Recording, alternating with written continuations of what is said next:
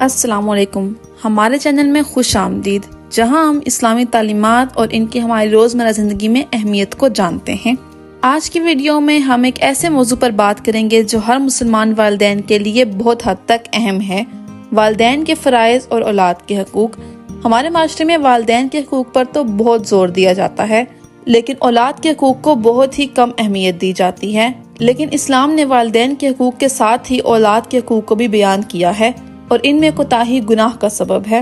اگر والدین اپنے فرائض کو بخوبی پورا کریں گے تو یہ نہ صرف ان کی اولاد کو بلکہ انہیں بھی دنیا اور آخرت دونوں میں کامیاب کریں گے۔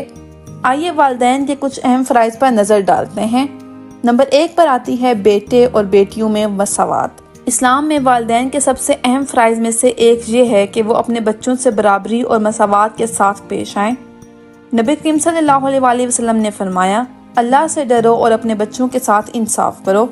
اس کا مطلب یہ ہے کہ والدین کو اپنے بیٹے اور بیٹیوں میں سے کسی کو زیادہ اہمیت نہیں دینی چاہیے، اور نہ ہی کسی ایک سے دوسرے کا موازنہ کریں۔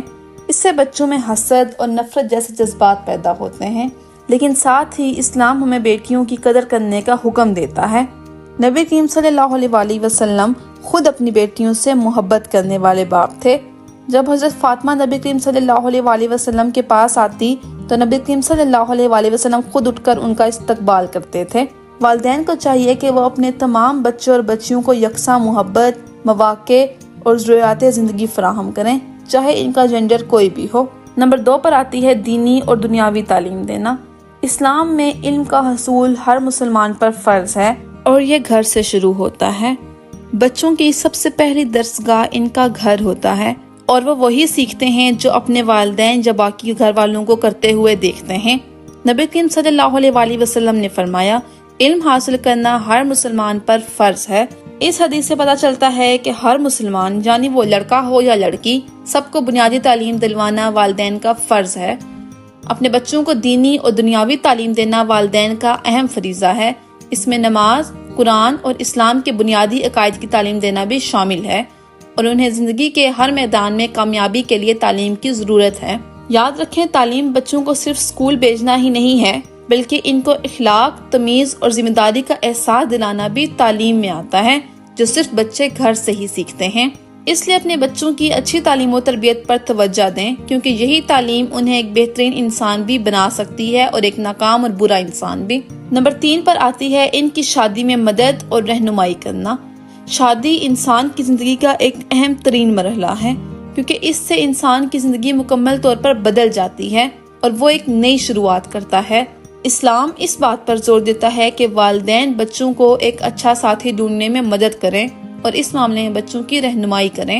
نبی کریم صلی اللہ علیہ وسلم نے فرمایا، جب کوئی ایسا شخص جس کے دین اور کردار سے تم مطمئن ہو تمہاری بیٹی سے شادی کے لیے کہے تو اس کی درخواست قبول کر لو۔ اس حدیث سے پتہ چلتا ہے کہ شادی کرنے سے پہلے انسان کا کردار اور اس کا ایمان دیکھنا باقی ہر چیز سے زیادہ ضروری ہے۔ والدین کو چاہیے کہ وہ اپنے بچوں کے لیے مناسب شریک حیات تلاش کرنے میں ان کی مدد کریں۔ ساتھ ہی اپنے بچوں کے ترجیحات کا احترام کرنا اور شادی کے فیصلے کرتے ہوئے ان کی مرضی شامل کرنا بھی اہم ہے۔ اسلام میں زبردستی کی گئی شادی کی کوئی اہمیت نہیں ہے۔ اسلام میں جس سے آپ محبت کرتے ہیں اس سے شادی کرنا جائز ہے۔ حدیث بتاتی ہے کہ شادی سے پہلے محبت ہو سکتی ہے، اور اگر ایسا ہو جائے تو آپ انہیں نکاح کا پیغام بھیجیں اور شادی کر لیں۔ اور والدین کو بھی اپنے بچوں کی پسند کا احترام کرنا چاہیے اور ان کے فیصلے میں خوش ہونا چاہیے۔ نمبر 4 پر آتی ہے جائیداد اور وراثت کے حقوق۔ جائیداد اور وراثت میں حق اسلام میں بچوں کے حقوق میں سے ایک اہم حق ہے۔ قرآن نے واضح طور پر سورہ انبیاء میں بیٹے اور بیٹیوں کی وراثت میں حصوں کی وضاحت کی ہے، اور اس بات کو یقینی بنایا ہے کہ وہ ان کو پورا حصہ ملے۔ یہ والدین کا حق ہے کہ ان کے اس حق کو پورا ادا کیا جائے، اور وراثت میں ان کو اسلامی قانون کے مطابق حصہ دیا جائے۔